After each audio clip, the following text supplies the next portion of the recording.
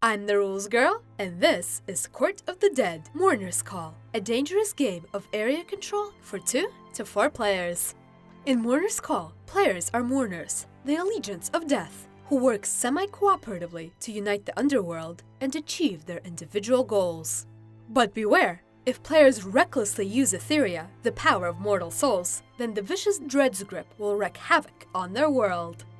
The goal of the game is to win, and you win by having the most points at the end of the game, earned by collecting Unity tokens, completing your ulterior motive, and gaining the most influence in the 3 factions. Players start the game aligned with one of 3 factions: Bone, Flesh, and Spirit. Players manage their faction influence by recruiting cards and figures from each faction, while deploying their figures into locations in order to gain special abilities. Players must also manage the Dread's grip, a destructive force contained within every Mourner, which might force players to roll a die to determine the fate of their figures. Also, players must pay tithes to Heaven and Hell by wagering Etheria, the power contained within mortal souls. Players must manage these threats while gaining Unity points through tithing, completing Wallow's card requirements, and maintaining high influence in each faction. Mourner's Call is played over several rounds, divided into 8 different phases. 1. Ethereal distribution. 2. Wallow's cards. 3. Court card drafting. 4. The action phase. 5. Dread's grip threat check. 6. Pay celestial tithe. 7. Resolve location and guilds. And 8. Clean up for the next round. In the ethereal distribution phase, the starting player rolls d6s equal to the number of players. Add up the number and take that many Etheria, dividing them into as many piles as players, plus 1. In turn order, starting with the player to the left, each player chooses a pile, or instead takes any 2 faction influence of their choice. Any leftover Etheria goes into the Dearth Forge. Next, deal each player 1 face-up Wallow's card. Players can complete these at any time before the round ends. Next, shuffle the court cards and deal them to players face down according to this chart. Return the rest to this space. Players will now draft cards before proceeding to the action phase.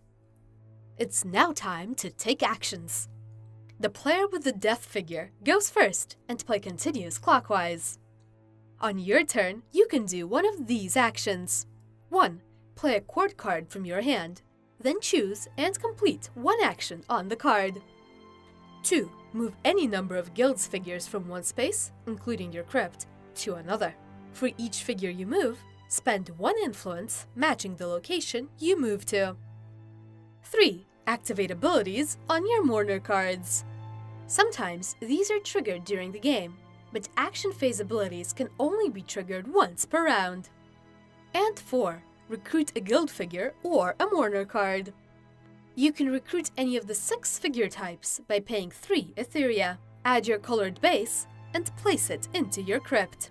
Then, move your matching guild token up 1 space, and increase the Dread's grip threat meter by 1. Instead of a figure, a player may also recruit a Mourner card for 5 Etheria, drawing the top 2 Mourner cards from any faction deck, keeping 1 and returning the other to the bottom of the deck. Take the matching guild figure and repeat the same steps of recruiting a guild figure. Play continues clockwise until each player has passed consecutively. If you've already passed, you may still take actions on your next turn. Next, players will resolve the Dread's grip threat. This token determines which threat limit is triggered. If a location contains more figures than the threat limit, each player present must roll once for each figure. A player with the Dread's Bane token will not roll for their figures. Rolling a 1 removes the game figure from the game. Rolling a 2 returns it to the owner's crypt. And a 3 through 6 results in no effect. In the 6th phase, players must each tithe to Heaven and Hell. This is the celestial tithe meter, and this tracker determines the quota for how much Etheria must be paid. Tithing will keep the meter in check and grant Unity tokens, which are worth points at the end of the game. But beware, refusing the tithe or not meeting the quota will have dire consequences. In this example, players must collectively contribute 8 Etheria. Begin by adding Etheria from the Dearth Forge to the quota. Then, players secretly choose how much Etheria they'll contribute, and simultaneously reveal them.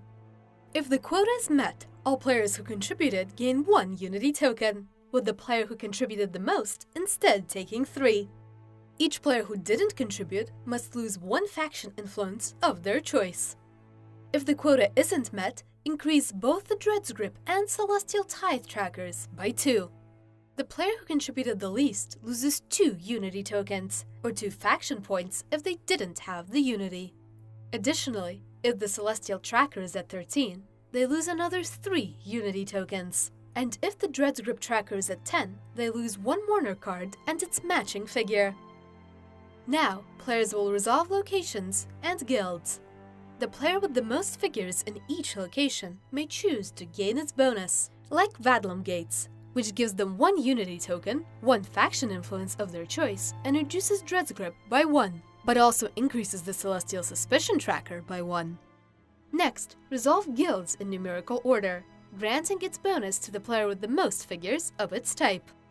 Finally, prepare for the next round by resolving any Mourner cards with end-of-round effects, discarding Wallow's cards, and resetting all used cards for the next round. The game continues until there are no remaining Unity tokens at the end of a round. If the last token is taken during the action phase, each player gets 1 final turn. Now, it's time to score. Players receive points for each faction depending on their individual influence, 1 point for each Unity token, and points for their ulterior motive card. The player with the most points wins the game, with ties going to the player with the most Etheria. If still tied, the player with more Mourner cards wins the game. Ready to play? Place the game board in the middle of the table and add Unity tokens depending on the number of players. Set aside the starting Mourner cards and separately shuffle the remaining cards from each faction, Wallow's cards, and Court cards. Place the Etheria onto the board and place the Celestial Suspicion and Dread's Grip trackers on the 0 spaces on their meters. Place the Malavestros and guild figures nearby. Give each player mat 10 guild figure bases and 6 track tokens of their color. Give each player 3 track tokens and 2 Etheria pieces. Separate and shuffle the ulterior motive cards and give 1 to each player. Each player secretly keeps 1 of these cards, removing the other 2 from the game. Next, each player turns their ulterior motive card face down, placing a matching faction token onto their player board.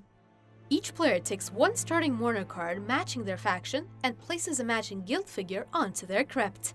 Finally, place a guild tracker token onto the first space of the matching guild. The oldest player takes the All-Taker figure and goes first. Court of the Dead Mourners Call launches today on Kickstarter, so check it out if you're interested. If you enjoyed this video, consider liking it and subscribing to the Dice Tower for rules explanations, reviews, and more.